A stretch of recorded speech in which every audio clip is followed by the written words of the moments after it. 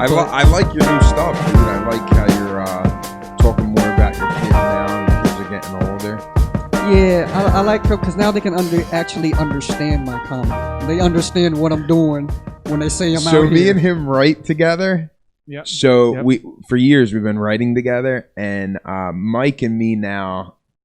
I mean, we're old heads. We're like I'm in my mid-30s. Yeah, he's in his mid-30s. So we're getting accustomed to like Zoom and shit. So now we write on Zoom. And what's funny about Mike is he's like my grandfather. He'll hold the camera like right up to his face while we're writing, and you just see a baby walking by in the background with a diaper. And it's just like he's a dad. Like, and when we started, it wasn't like that. We were just so like all over the place. Getting on stage, it's still that. I didn't have comedy's still a grind, right. And we still jump on stage at any opportunity we get. But with that being said, it's like you never got to see home life, the horrible home life of having kids. He's like, well, why don't you try to joke like, shut up, like he's screaming at his wife and his kids in the background. I know dinner's ready. It's like. It's hard. You never understand. He swears he wants this. I tell him, do not do it. You have plenty of time to ruin your life. He's talking about a family life. He's talking about a family life. It's hard, man. It's hard. Actually, when I first started, I remember when I first started comedy, the 2012. I actually told my wife at the time that I wanted to do comedy, and she thought it was cool. She was like, "Oh, go ahead. You're always making jokes here. Go out there and try it."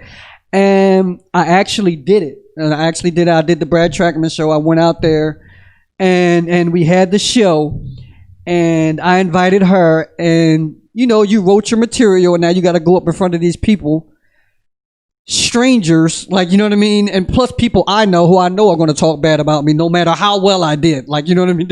You just have those people in your life. And I went up there, man, and I was so nervous. I was taking shots in the back, and I don't even drink. I don't even know what I was drinking. I was just like, pour me something. And I was taking shots, and I went out there. Yeah. And it was so nervous. The lights that are in your eyes, you can only see the front row. It's nerve-wracking. I got that first laugh. First laugh was amazing after that. I used to get that way, but and we were talking about that last time because you're thinking about diving into stand-up. I don't get nervous no more. Oh, I still do. So that's why I stopped. I gave up the booze. I stopped drinking. See, he laughs because he thinks it's like a temporary thing. Like I gave up carbs and I gave up liquor. That's so gay. Like that's very gay. So wait a second. I gave up carbs. So on the ride over carbs. On the ride over here, I told him how I lost 15 pounds. I haven't had a drink in a month. I'm changing. He's like, if the shutdown happens, you're gaining all that shit all that shit back. And you're just gonna be a basic middle-aged Italian man. I told him, do not get rid of that training bra that you made during the first shutdown. It's just coming back. How are you feeling now? Like as a result of like cutting out carbs and drinking, do you feel like sharper, like mentally or anything like that? I don't feel sharper or smarter. I wish that happened when you started eating good. I just always been a dumb person. But I mean, I drink my coffee black now. I don't put any of that sugar. I do feel lighter and healthier. I see a difference in my skin and shit, but you're still white. It was still the same white. It didn't. It doesn't tint like you're what you are. You know what I mean? It's just white. You're good. I got to start thinking about topics before I address it because he just loves doing this. It's funny. This is what people think, but they don't want to say. I love talking about race. I think the problem with racism and why it's such a thing. I'm trying to prove that because I have to do this for black people because people don't think I'm black. They think I'm Puerto Rican. So if I contribute to this black history, but they'll let me in. This is what this is all about. I had no idea. It's November. What are you talking about? I got to work early. We're gonna work early. But for real, I really think that's the problem. It's just that it's good. Different cultures have different things. You know what I mean? And the fact that we don't talk about it, people get weirded out about it, and so they don't want to say how they feel. You should be able to say however you feel. That's why comedy's great. You say it. The worst they can do is boo you. They don't boo you anymore. I don't like booed? That. I've never gotten booed. I would rather get booed. You know what you get now? you look out and you see blue faces because everybody goes on their phone. Yeah, that's the worst feeling. You're not even worth that's gotta booing. be bad, yeah. Like that's the new heckle. That's the worst People thing pulling ever. their phone out in the middle of a show and reading their texts from their booty call. You're not even worth booing now. Like that's the worst thing. I would rather you boo me, and I can work with that. Like you know what I mean. I can understand, but just the cell phone thing, that's the worst. I love what Chappelle's doing now. How like he created that venue in Ohio, but now you have to any show he does. You got to check your cell phone in. Oh, a lot of people are doing that though. Yeah, I think he was doing that for his just like regular shows before the pandemic too. Because they film it, and then he set a standard. They steal his jokes. I mean, and it's already out there, and this guy's on tour. Because a lot of people think we just make up an hour on a Tuesday and it's ready for prime time. Like they don't understand jokes. Jokes don't come that easy. Some people do. They're that but good. those guys are called like prodigies. They're called comedians that are making money. That's what they're called. Did you see $10 off a show? Did you see Chappelle's monologue on SNL? It was great. Dude, it was great. Slayed. It was great. He slayed. We got Bill Burr. 2 weeks prior, and then him. I love how they're putting stand-ups on SNL again, like pretty regularly. You know what I'm saying? It used to always be like that, and they should do it. They should do it. But I think they were all, and like I said, they were talking about the situation. You know what I mean? They talked about the situation, current events, addressing issues that are going on right now. And that's what I'm trying to do. Like them, they talk about black people, so I come on. I talk about black people. That's what they do. So I want to do it. It means successful. I know Bill Burr had to do it because he's got a black wife. He's got to go home, so he had to. This wasn't about his career. This was about his family. He's very funny and. He has a black wife. Sounds like everything I want to be in life. I mean, Mike knows me a really long time, so. But how's your wife doing? Good. She's good. What are you doing for Thanksgiving? She's Popeyes. We're doing Popeyes. I got a pretty girl. That means you don't get fed. Like that's the trade off. She's still a black girl. I don't want to say I still date a black girl, but she's albino, so she's white. On the outside and on the inside, she's black. So is she? I hear a lot of like we've been hanging out a long time. Is that what you would consider a snow bunny? Or if you said that to her, she'd probably beat the shit out of you. No, she does. She takes it. I don't understand. She takes it. She takes it because she's light skinned. Light skinned, the lighter you are, the less do they fight because they bruise. So I can. I'm a tint lower, so I can get away with. See, he says a lot of shit that I don't say, so I don't know how. I'm regretting this decision. Should we not post this? You're not the bad guy I am. It's good. Let it ride. Let it ride. I think it's a good yin and yang. That's what I think. Oh man! So really, you're gonna do takeout on Thanksgiving? Yeah, Who made that determination? Did you make that call, or she did? She tried to cook a turkey one year. Didn't go so well. We went to grandmom's. So this year, because of the COVID, we want to stay away from grandmom because she's old and they're dying off of this shit. I want to hold on to grandma as long as we can. She's got a few recipes that she won't write down. That's Why considerate. don't old people get rid of their recipes? You're not going to be here forever. You can't take that shit to the grave. That's selfish. I think that's really selfish. My grandma's potato salad is legendary. She should write the recipe down and put it in like a box or something. So when she passes, it passes on. That'll be good. I do see that. Italian old ladies do that too. My Aunt Roseanne makes the best meatballs in the world. Every girl I start dating, I try to bring over there to do like a day where they learn how to make her meatballs. So like just recently, Aunt Rose said, "Why don't I teach you?" And I said, "Oh, I don't want to learn." She's like, "Yeah, you're lazy as shit. So if you want to learn, you can come around anytime you want." And then she's like, "Picture if I taught all these girls you dated the meatball recipe. They'd be millionaires with the internet and they'd be posting videos on YouTube." So, I mean, Aunt Rose got it together, you know? Yeah. So maybe that's the way your grandmother girls thinks. How to make balls. Like, tasty balls. Is that what's happening here? Do you have a hard time going out and eating meatballs? Because my mom's really good, too. So I can't, like, it's something I never order when I go out to eat. See, Italians are funny like that. I was raised, at least in my family, that you don't go out and get spaghetti and meatballs at a restaurant. That's like something you don't do. Like you wouldn't eat somebody else's meatballs. You would. They're disappointing. Anytime you do, if you're over somewhere or someone's making them, it's just like not what I wanted. Yeah, it's like paying to go to a comedy show and you show up to see. There's an expectation to see like someone from TV, like Louis C.K. or Dave Chappelle, and it's a bunch of people you never heard of. Wait a second. That kind of sounds like our show on Tuesdays. I should have. That's funny. I don't think we do a thing like that. I think there were a couple of dishes that we take very seriously. As black people, baked mac and cheese, we take that very seriously. You fuck up baked mac and cheese, you get out the house. We don't deal with you anymore. You're out of the family. There's a couple aunts that I just don't talk to anymore. It's ridiculous. How are you going to be 50 and can't make baked mac and cheese? What have you been doing with your life? Wait a second. You're telling me if there's a woman in your family that's not a good cook, no, you feel a certain type of way. That's horrible. No, okay, you're a mean guy. This is what life is hard. So this is the thing. This is what happens. Is some black women think that they can cook. This is what pisses me off. Don't bring the baked mac and cheese if you know you can't cook. So when you bring it and you set it out amongst the table, amongst all the other good food, and you come with some trashy baked mac and cheese, I don't feel that way. No, that's horrible. I gotta say, this is where I disagree. I like when people make the effort. No, I'll taste it. I'll eat it. And then we'll wait till the guest leaves, and we'll say, she's a fucking terrible cook. See, now that's a bad person. No. That is a bad person. Because you know what she's going to keep. It's the gesture. See, that's the thing. No. Nah, you should just buy something at that point. Italians, if you show up empty-handed, you're like... yeah, you can't do that. You got to bring something. Why'd we invite them?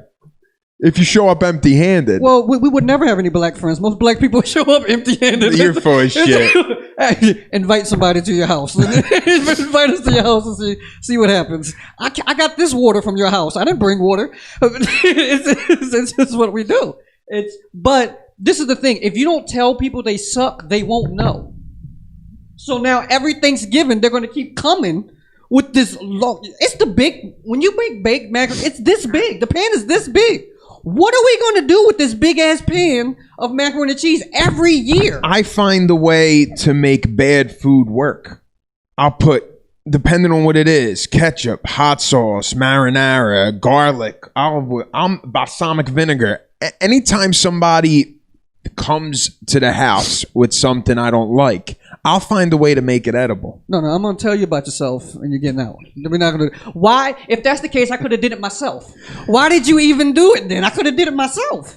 I hope you really don't feel this way. I really feel that way. You're really sick. I really feel that way. We're going to get some comments. We're going to get this thing going. We're going to have comments and people are going to pull up and you're going to see how many people feel the same way. And that's the thing. Like if you don't tell people, how are they supposed to know? You mean to tell me your wife would cook this year, but the fact that she put Popeyes out there, you're like all about the Popeyes because you know it's a for sure good meal. It's a for sure, and she doesn't like to cook. She told me straight up. Oh, she told me too. I thought. See, we drifted in the conversation. I thought that Popeyes was going to be the big option because she attempted to make a turkey. She failed. Yeah, you provided her that she failed. You told her. I told her because I love her. See, what kind of a husband? That's love. That's real love. You tell them this is not your thing. This is not your thing. In the bedroom, you have some things in there. See, like I've been getting lessons throughout my life with married men that say that you want to be a good husband.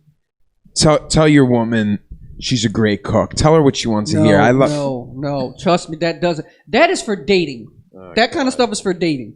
The truth is what keeps a marriage going. You got to tell them the truth. Women want the truth. They hate a man that's a liar. That's what they say, right? They hate a man that's a liar. I'm not married. I'm not. Well, yeah. You know, it's just me. Fine, whatever. But they want a person to tell the truth. And this is the thing with women. A lot of say they want a man to tell the truth. So I tell you the truth. But the truth goes both ways. The truth ain't always pretty. So if you're going to want the truth all the time, you're going to get the pretty truth and you're going to get the ugly truth. Okay. It comes with a whole package. And if you're like that up front, they learn to respect and it. I bet you've turned that way throughout the years of being a married man. Huh? No, I was always... You were always unfiltered in your relationships? Yeah, I grew up like that. my parents, my grandmother, they've always told me that. They told me I was going to be a midget forever and there's nothing I can do. I should stop drinking milk. Like they told me, they tell you the truth. I grew up like that. That's what I grew up. Wow. But you weren't born in this area, right? Where are you from originally? I was actually born in Frankfurt, Germany. Really? I was actually born in Frankfurt. My mom was in the military. I still don't know my dad. Holy shit, I don't dude. know what she had to do for her country. I knew you weren't from Philly, but I didn't know that. I was born in Frankfurt, Germany, and she was in the military, so I moved around a lot. Wow. I moved. So did you? So you didn't go to the same grade school? You didn't go to the same high school? I moved around from every school. I moved so many different schools. Wow, that's dope. That's great, sucks. dude. It really sucks. No, that don't. Different people I had to meet. I always had to ask the same questions. Always, did you get bumped up? Are you like really smart? Why are you so small in the 10th grade? Like, it was always the same stuff. Spanish people coming to talk to me, and I don't speak Spanish. No, I'm not Spanish. I'm black. And no, you're not. You know, why? How often does that happen? Every time some person every time a Spanish person meets me, it happens every time. They think you're Spanish. Every time. I even had this guy at my job, an Indian guy, come to me, and he actually asked me like, what's your nationality? And I was like, oh, I'm black. And he was like in spirit? I was like, no, what is that? No, I'm in life. What do you mean in spirit? He thought I was Indian. Nobody wants me to be black. I'm not allowed. I don't know what the problem is. Well, you're my black friend. If that makes you feel any comfortable. Yeah, that really sounds racist. It sounds like I'm the only one. Oh man. So what do you think about the situation with the mask wearing in casinos and in like bars and restaurants now? You could take it off when you're sitting, but you can't take it off while you're standing. How's that? Who comes up with that determination? It doesn't make any sense at all. I don't even think the mask really saves anybody. Like, you know what I mean? Because if you're eating, you got to take it off. So I think it's just something that makes people feel safe. That's personally. I mean, I do it because for other people's sake. But I've known people who wore their mask all the time and they still caught it. Right. They still got it. You know what I mean? And I have a friend that got it. This is so weird. He had a sore throat for a day. Tested positive. Wow. He was so pissed off that he had to quarantine for 14 days and his job wouldn't allow him back. But he has kids. He has a wife. That's why he was pissed off. He had to be there with them. That's what that's about. That's real marriage life. Oh my God. Yo, you are a closet case, upset. This is why I do comedy. This is the only way I can vent this stuff and tell Catch the world. Mike at the Laughing Fox in Magnolia, New Jersey, every Tuesday at 8:00. But I tell you what, though, gets him out of the house. I will say this: he's in a happier mood. I actually like my fiance this time. I picked one that I actually liked this time. Last time it was, she got pregnant, so I'm fucked. I might as well keep it going. Yeah. Like, you know what I mean? It was an obligation type of thing. And I'm not going to say she was a bad person. To tell you the truth, I think we grew out. We became third. When you become how old were you when you got married the first time? I was 20. Oh my God, 20 years old. That's young. Yeah. Well, if you're ready, like I don't judge anybody, but like I do. I wasn't ready. I wish somebody would have judged me and told me I was. You see that shit? I think about what I was doing at 20. It was just out of control. Well, we're live fans. Party live fans. My mom and my 2 aunts are watching this. If I'm lucky for 5 minutes, this is episode 1. No one ain't watching this shit. This is the kind of what we're taping right now is the kind of episode that's going to get one of us canceled in 6 years if shit starts popping off. This is the new way of putting your art out there. Like I'm not, Brian. I talked to you about this before. I'm not big on podcasting, but it is definitely the future of getting out your voice and getting people to know you. Like. And everybody goes to Rogan. They always go to Rogan. They go to Rogan. They use him as an example, Joe Rogan. Joe Rogan had a fan base. People knew of him before he started the podcasting thing. The people that I admire are the podcasters that started from the ground up, like we're doing. Like, oh my God, they managed to develop a fan base off of doing this weekly. Like, the thing about, you got to start somewhere. A lot of people are scared to try to put themselves out there, put their feelings out there, but that's what entertains people. That's what comedy is. Do you watch podcasts? No, you don't. Okay, I watch a couple. Do you watch a couple, or is there just one? Yeah, no, I watch probably like 3 or 4 podcasts consistently. Now, as a guy that's not a stand-up comic, that is just into the technical side of things, what draws you to a podcast? Why would you tune in and view? What is it about podcasting that would like get you would gain an audience? What is it about I'm it? gonna write this shit down because I need an audience. The thing I like about podcasts is it's the only sort of entertainment where you have more than one person talking for an extended period of time. You know, the reason I got into podcasts is because like I didn't like watching like news or anything like that, because it was just like they give you these short, quick segments on stuff. They don't like dive deep into anything. And a podcast, especially, you know, I started listening to them when I was working outside, and I could listen to one like while I was doing other stuff. Yeah, but does that make sense? It does. But if that's the case, why don't you just read your Facebook feed? Well, because I'm just trying to compare the two. If you're gonna turn to something like this, to hear what people are talking about with a topic, right? You could do that on Facebook anytime. You agree, or is that fake because it's not live and it's more controlled? You could. Well, I think it's exactly like the opposite of why I like podcasts. Like on a Facebook feed, you're getting like quick hit information. People are just going back and forth, and there's no real conversation to it. People are just blasting and typing stuff away at each other. Like you make a point, I make a point, you make a point, I make a point. Where you can't like really get deep into a conversation. It's very surface. It's surface level too. Way different when it's face to face. You can say a whole bunch of stuff online when you're safe at home, but when you got to see somebody and you're actually talking, now you have to actually be yourself. Which ones you listen to? What podcast do I listen to? I listen to Rogan. I listen to a podcast. It's called Hardcore History. It's like a 4 or 5 hour long. 5 hours. Yeah. Wow. How long will you tune in generally? Be honest. So this guy sometimes only put out like 2 a year because he does like all this research. It's like a history documentary. Wow. But it's him talking. It's unbelievable. It's like one of the best history shows I've ever listened to. But I'll like listen to like an hour, then like an hour, like a week later. Can you bring his podcast up on the screen? No, I didn't set up for that.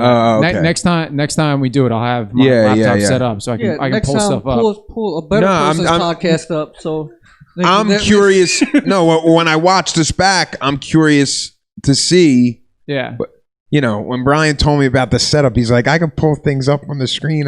You know, if you bring up a topic and you want the viewers to see, and I just gave him the signal there. And of course, I dropped the ball. Yeah, I dropped the ball. It's all right. Wow. Now you're going to insult him, too. This is our first and last podcast now. Thanks I don't think Brian's going to kick us out yet. I think it would take a lot more. Yeah, you know? 2 episodes. I want to do it on the first one. I'm a gentleman. So let's get it. So this is mainly about stand-up. It's not about stand-up. This ain't about stand. This is just us trying to put our voices out there on a different platform. That's what podcasting is for a comic. You want to find people to get to know you. You know, that's what I make of it. And I'm just trying to figure out the whole thing about starting from the bottom up with this shit is I think it's weird. It's awkward in the beginning because, and you disagree with that, but I think this is way less awkward than stand-up. I disagree. I think you show up at a stand-up show, you go up there, people are there to watch comedy. You go up there in front of these people, you do your prepared set, and you get off. Of course they judge you, but you have a chance there to gain a fan, work on your craft, you know, if that's what you do. This is a completely different art form podcasting. Oh, well, I've had some bad shows before when I first started off. So dude, I still have bad shows. I hate to see them right now I can't see if they're disappointed or not. So Yeah. it's that disappointed look in the audience that makes it awkward. Bro, you want to know what he wanted to do? He wanted to start doing a Facebook Live. A Zoom. Have you watched those? When people talk and interview each other, Facebook Live, and people are commenting it while they're talking, Yeah. I've seen that. and like haters are talking shit. So what? The haters will always talk shit, and you can talk shit back.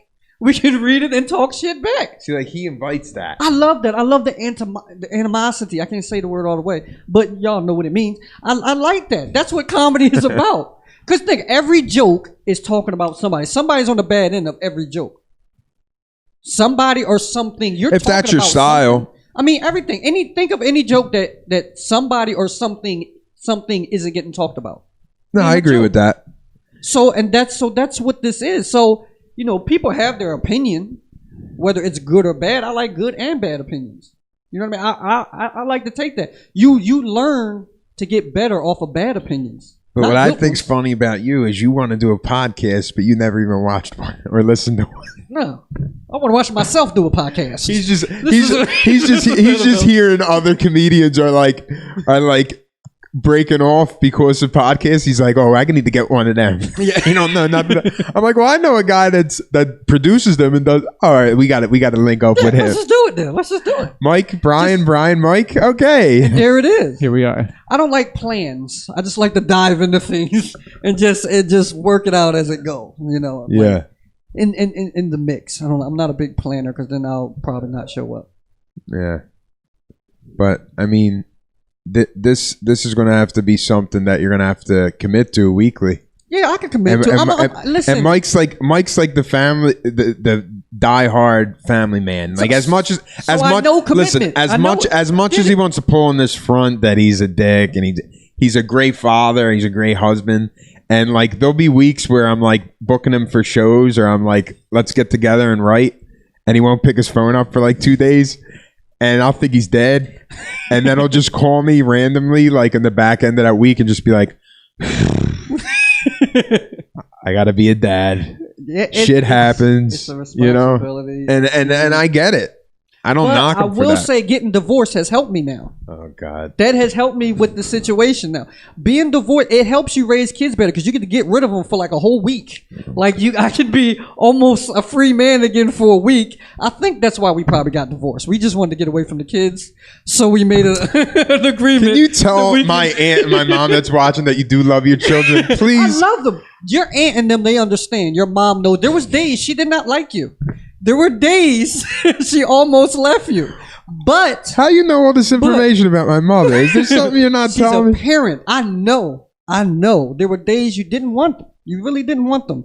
But you stuck it in there anyway. You stuck it in there anyway because you hope one day they're going to get rich and you get to leech off of them like they leached off of you all those years before. That's the only reason we hang on. There's no other reason. I'm telling you that right now. Tell that bit. Tell that joke, that story about how you were talking. I love this story. I don't even know if you do the joke anymore about how you go home to your family and you vent about your boss and your kids.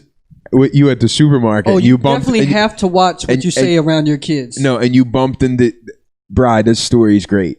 So he goes. He's about to tell the story. No, I don't want to do it. Yeah, you tell it. Number one thing is you have to watch what you say around your kids. Kids, they hear everything. Even when you think they're not listening, they hear everything. And they repeat it. They have no problems repeating everything. I remember I was at work and boss was pissing me off, as they do. That's what a boss does. Mm-hmm. I came home. I don't have many friends, so I have to talk to my fiance. So, kids were in the living room. They were watching TV. I walked in. I said, hey, when I went into the kitchen, she's not a real good cook, but she makes coffee really well. So that's what she was in there doing. So she was in there cooking. I just wanted to vent. I just wanted to walk. And my boss was pissing me off. I was like, I can't. This fucking guy, Rob, he's a dickhead. Like he writes me up over the stupidest shit. And I was just venting and going off and going. I had no idea that my kids were actually listening to every word that I said. And I didn't mean all of it. You say this stuff. You don't really mean everything you say. So, I vented out. I felt better, and I had to run out to Walmart, so I said, I'll take one of these kids with me. I'll take the boy with me. you know, because I don't really hang out with him that much. So I was like, I'll take the boy with me. We'll run out to Walmart. So I'm in Walmart, and I got him in the cart. We're shopping, and we're in there, and I turned down the aisle. And my fucking boss was in the aisle, the same one I was talking shit about. Like, that's the worst thing. You don't never want to see your boss anywhere. Like, you know what I mean? You have these visions. That's something that would happen of to what me. you would do. Like, I'll whoop his ass if I catch him in the street. Like, that's what you say in your head. But you would never really do it because, you know, you got bills and shit. Like, you know what I mean? So you never really want to see your boss, especially the one you hate. So I cut the corner and he's right there, and I'm like, oh, shit. Oh, like, hey, Rob, what's up? How you doing? He's like, hey, how you doing? You know, people act like they never wrote you up and did all the bad shit that they do to you when they see you face to face. But we're both technically fronting because I said I was whoop his ass, but I didn't do any of that. I was a really nice guy when I met him, you know, and he was doing the same. That's just what people do. We're liars. So, you know, I was like, hey, how you doing? Is that the little man? I was like, yeah, I take my little man out. You know, shopping and everything. I was like, hey, say hi to Rob. That's my boss. And he was like, hi, Rob. Is that the dickhead daddy that you were talking about? I'm like, oh, shit. No. I was like, shit. No. You know how kids are. They say the craziest things. I'm like, I'll see you later at work. I was like, say bye to Rob. And he's like, bye, Rob. And he's throwing his middle finger up. I was like, son of a bitch. Son of a bitch. I'm glad I don't talk about people at the house. You see that? Oh, you see man. He wants, not only does he want to talk about people at the house, he wants to talk about people in here. That's what's great. I hope his real name ain't Rob. Yeah, his name was Rob. I don't work there anymore. Fuck him. He's giving Fuck you, Rob. He's giving specifics. Yeah. Put their name out there. Tell the truth. Oh, man. That's crazy. And that's one of the reasons why you don't want kids. Those moments. This is when you see a kid. No, in that's trash part of the can. reasons I don't want a day job or a boss. Yeah. For shit like that. Because you know that stuff happens. Yeah. There's no avoiding it. It's rough. Or that girl that you slept with on the job, and then you find her at Walmart, and you're with your wife. The weirdest things can happen to you. I know nothing about that. You just gotta stop going to Walmart. But I'm gonna start Target. Target's way classier. I'm gonna start doing that. Oh man. Well, I'm glad you made the trip up to Jersey to film this. We're gonna do this every week. I guess we'll grab lunch now, write something. Yeah, we usually get together and write. Mike thinks it's weird. He's got this thing in his head about like he feels some sort of way that when we hang out, I always try to pick up the check. But I try to explain to him that like my crew of Italian guys that we grew up with, when the bill comes, we all fight over it to try to pay. He thinks that's real strange. That's very strange he he thinks it's like a weird thing. We fight over who's going to pay too, but it's not for the same reasons. Like, you know what I'm saying? Like, it gets weird. Like the first time, it's like, oh, cool, I got it. Second time, it's like, well, shit, what you want to pay for it, let him pay for it. Give me a lobster on that too. Fuck it, you know what I mean? But the third time, it's starting to make me feel like I owe him something, and I had to explain it. I don't do guys. Like, that's not my thing. I don't know what you're expecting out of this, but you're not going to get it. You know what I mean? I have to explain that to him. And it's weird to just, you know, and he constantly does that. And another thing that pisses me off is how he tips. I don't understand. A tip is something nice. It's a gesture to just show that you did a pretty good job. You're not supposed to pay their salary with your tip. He pays the half of what the meal was. I'm very generous. I'm a generous tipper. That's more than generous. It sounds manipulative. It really makes people think like, what does this mean? Like, what does this mean? Like, it really makes people think they owe you something after this. It gets weird. No, growing up in South Philly, generally we do over tip. I'll say that. So I'm guessing from the blind eye, somebody that has never seen that before, it's definitely strange. It is good. And now I like to dine in South Philly, so I wait for them to drop their tips and I pick them up. Fuck that. She didn't earn all that. If comedy don't work out, we could both be waiters in South Philly, so they could like pay our mortgages. That's it. I may do that anyway. Shit, fuck Amazon. I'm going to what's the restaurant out there? What's your big restaurant? There's a couple in South Philly right now. Poppies. You got a restaurant called Poppies? Poppies, yeah. That's funny. That's what we call in Philly. We call our corner stores Poppy stores. Why is that? Because it's usually a poppy working in there. Some Spanish amigo is usually in there working. That's Poppy. You know, that's what we call a Poppy store. It'd be a great spot for a comedy club. Poppy store? Yeah. No, they get robbed frequently. You don't want to. that it takes all the humor after the guns come out. It's not as funny. How we doing with time? You're about 45 minutes in. 45 minutes. All right, Brian's got to go. We got to go. We're going to do this each and every week. That's episode 1. That was kind of weird. That was pretty good. We got did it it. out of the way. We popped the cherry. All right. Well, so next week we'll be better at it. You know All what right. I mean? Thanks, guys. Thank you.